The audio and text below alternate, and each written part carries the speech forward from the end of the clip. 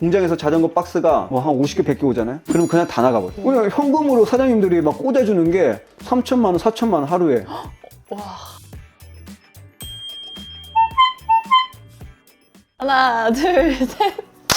여기 정말 여러분 너무 아이디어가 샘솟을 것 같은 이런 공간에 계신 자덕님을 모셨습니다. 간단하게 자기소개를 부탁드릴게요. 네, 안녕하세요. 저는 BM웍스의 이정민 대표라고 합니다. 반갑습니다. 와, BM웍스 저도 네. 이제 자리인이라서 익숙진 않았어요 처음에. 제 친구 중에 한 명이 이런 얘기를 하더라고요. BM웍스 소개했을 때 알면 그 고인물이다. 아니, 고인물 탐지기다. 저희 BM웍스가 창업한 지가 이제 연수는 한 15년 정도 됐어요. 한 그때부터 저희가 이제 만들었던 BM웍스 액세서리를 썼던 분들은 지금까지 자전거 타고 있다고 하면 완전 사실 좀 오래 탔던 완전 고인물. 네. 고인물이란 표현이 조금 그렇죠. 나쁜 거 아닙니다, 네, 여러분. 오래 타셨다. 숙성돼 있다. 그럼 어떤 곳인가요? BM웍스는 처음에는 자전거 액세서리를 만들었어요. 그러니까 이런 거 있으면 좋겠다. 그걸 하나 만들고 2개 만들고 이렇게 쭉 여러 가지 만들다 보니까 지금은 자전거까지 수입해서 유통하는 회사가 됐습니다. 그럼 어느 정도 규모가 되나요? 저희가 정직원은 9명이 있고 그 다음에 또 필요할 때 또 아르바이트생들을 또 같이 쓰고 있고 크다면 크고 작으면 작다는? 그럼 어떻게 보면 자전거로 처음에 창업을 하신 거잖아요. 맞습니다. 네, 그럼 창업의 수많은 아이템 중에서 이 네. 자전거라는 거를 아이템으로 쓰신 이것도 있으실 것 같아요. 그냥 좋아해서 제가 좋아하는 것 중에서 내가 필요한 것들을 찾아보니까 야 이런 것들이 조금 제품이 개선되거나 아니면 만들어지면 좋을 것 같다 라고 생각해서 자전거 액세서리를 만들었던 게 시작이었어요. 그럼 자전거를 굉장히 좋아하셨겠네요. 근데 지금 말하면 우리가 보통 자덕이라고 표현하는데 저는 자전거 덕후는 아니었어요. 일반인과 자덕의 그 사이, 학생으로 치면 한 2학년 우리 자덕이 4학년이라고 봤을 때 네. 아, 맞았네요. 그 당시에도 가민이라는 건 있었어요. 지금도 비싸지만 그때도 비쌌습니다. 그리고 그때는 대안이 좀 없었어요. 지금은 이제 뭐 중저가 브랜드도 많이 나왔잖아요.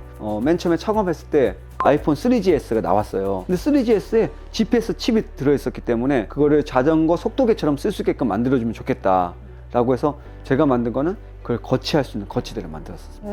그럼 처음에 어쨌든 그 거치대로 시작하신 거네요? 제품을 개발해서? 네, 맞습니다. 그럼 뭔가 그 재주가 좀 있으셨나 봐요. 재주가 많지는 않았고요. 그 당시에는 이거 뭔가 만들어야 되는데 하나도 모르니까 제가 그리고 제조업이라든지 제품 설계, 디자인 이런 거를 경험해 본 적이 없어요. 그 당시에는 28살이었으니까 가서 이렇게 물어보면 아버지 뻘 되시는 사장님들이 되게 저를 아들처럼 생각해서 그런지 이거는 누구한테 가면 도와줄 수 있을 거야. 전화번호 적어주시고 직접 전화도 해주시고 그럼 또 가면 또 그분들 또 잘 해주세요. 그때 만난 분들하고 지금도 계속 거래를 하고 있습니다. 이 정도의 규모의 BM웍스를 키웠는데 네. 경제적 그런 자유를 이루셨다고 생각을 하시는지.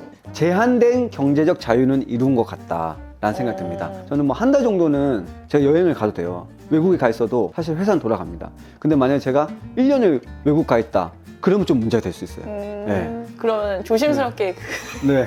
연 매출 이런 걸 연 여쭤봐도 매출. 될까요? 네, 저희는 네. 30억은 넘었고 40억은 안 넘었습니다. 월로 따지면 거의 한 달에 거의 3억 이상의 매출을 가지고. 그렇죠. 저희가 잘 날 때는 뭐 한 5억 정도 나고. 그러면 이제 BM웍스라는 네. 회사가 이렇게 성공하기까지 딱 그 히트 쳤을 때가 있을 것 같아요.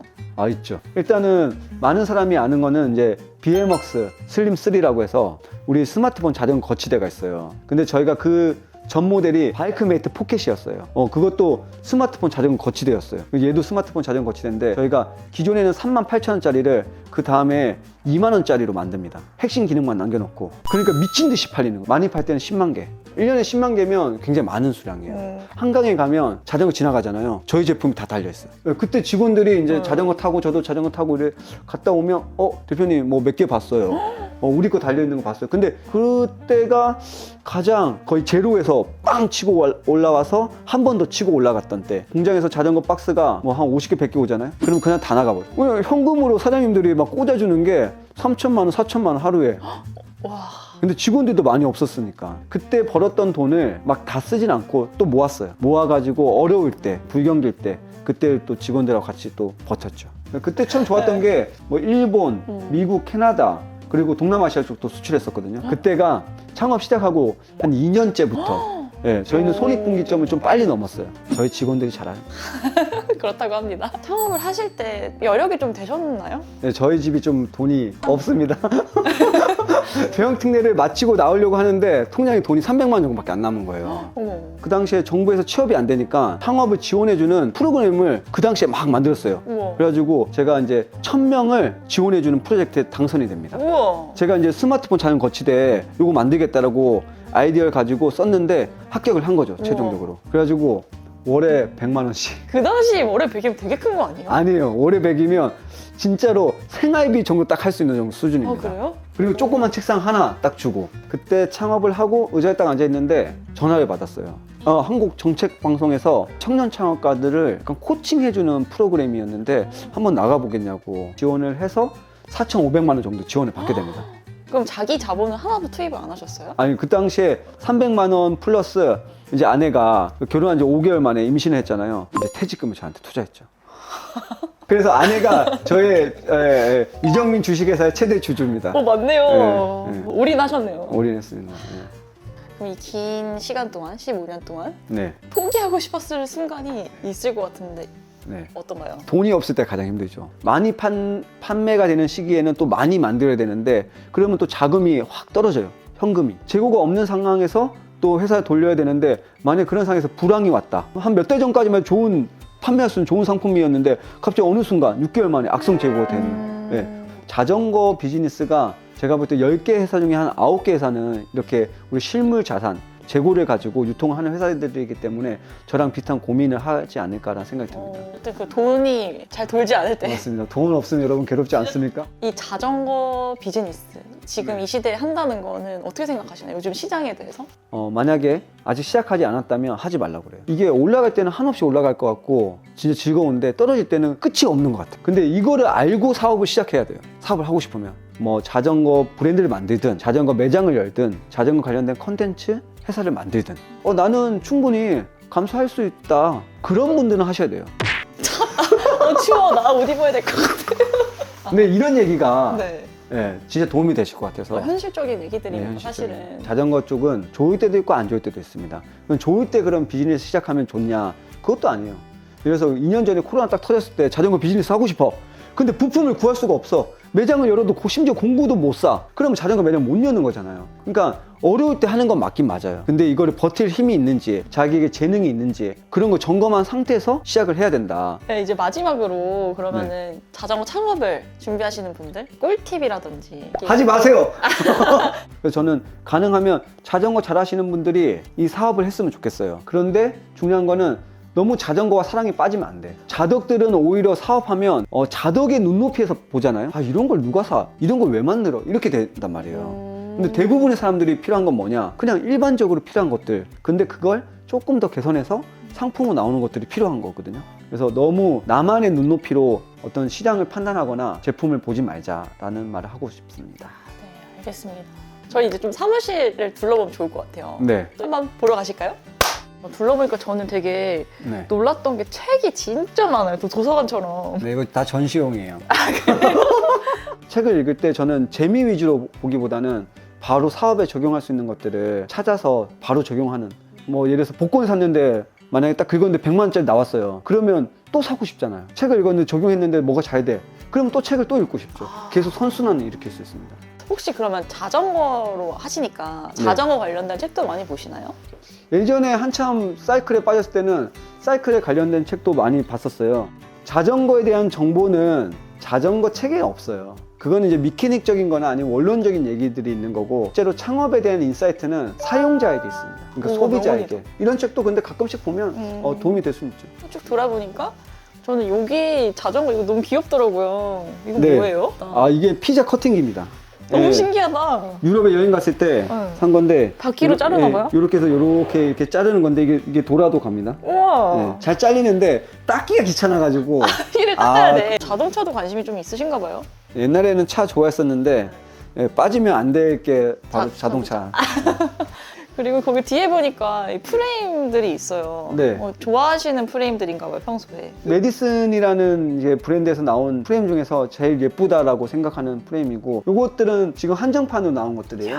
그래서 디자인도 약간 로고들도 조금 다르게 나와 있고 이런 것들은 나중에 갖고 있다가 다 팔리고 나서 한 개, 두 개 남았을 때 조립해서 제가 타려고 갖고 있습니다. 여기 사진들이 되게 많아요. 역시 네. 자덕답게. 같이 자전거 타시는 분 중에 홍경표 작가라는 분이 타면서 집 주변에 아니면 국내 여행 다니면서 스팟들을 이렇게 예쁘게 만드는데 그분이 만들어주신 것 중에 이런 것도 있어요. 작가님이 자기가 타던 거를 가지고 이렇게 엽서북을 만들어주셨어요. 저는 이런 분들이 많아졌으면 좋겠어요. 취미로 자전거를 즐기지만 자기의 어떤 전문성하고 연결시켜가지고 사람들이 좋아할 만한 결과물을 많이 만들잖아요. 사진첩도 그렇고 액자도 그렇고 티셔츠 같은 것도 막 나오면 사람들이 입고 다니고 싶잖아요. 이런 것들이 나오면 좀 자전거의 서브 문화를 만드는 데 도움이 되지 않을까라는 생각이 듭니다. 제가 옛날에 썼던 풀패스 헬멧인데 풀패스를 쓰고 MTB를 탄다는 게 사이클 탈 때 쾌감을 느낄 수 있잖아요. 그거 한 10배 정도 느낄 수 있어요. 몸에서 호르몬이 아드레날린이 빵 하고 터지는 게 느껴져요. 저 한번 그러면은 써보면 좋죠.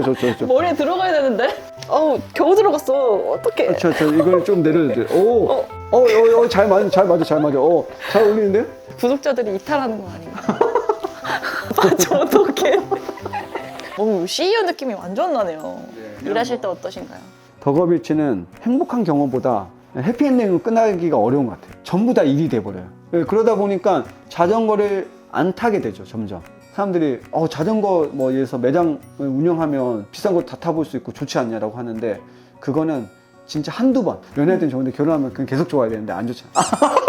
정민님께 이제 자전거가 어떤 의미가 있는지 자전거는 땡땡이다 라고 말씀해 주시면 좋을 것 같아요. 자전거는 저에게 애증의 존재입니다, 진짜. 이게 좋을 때는 한없이 좋은데 이게 일이 되면 자전거가 어떨 때는 보고 싶지 않을 때도 많아요. 자전거 없는 세상에 살고 싶다.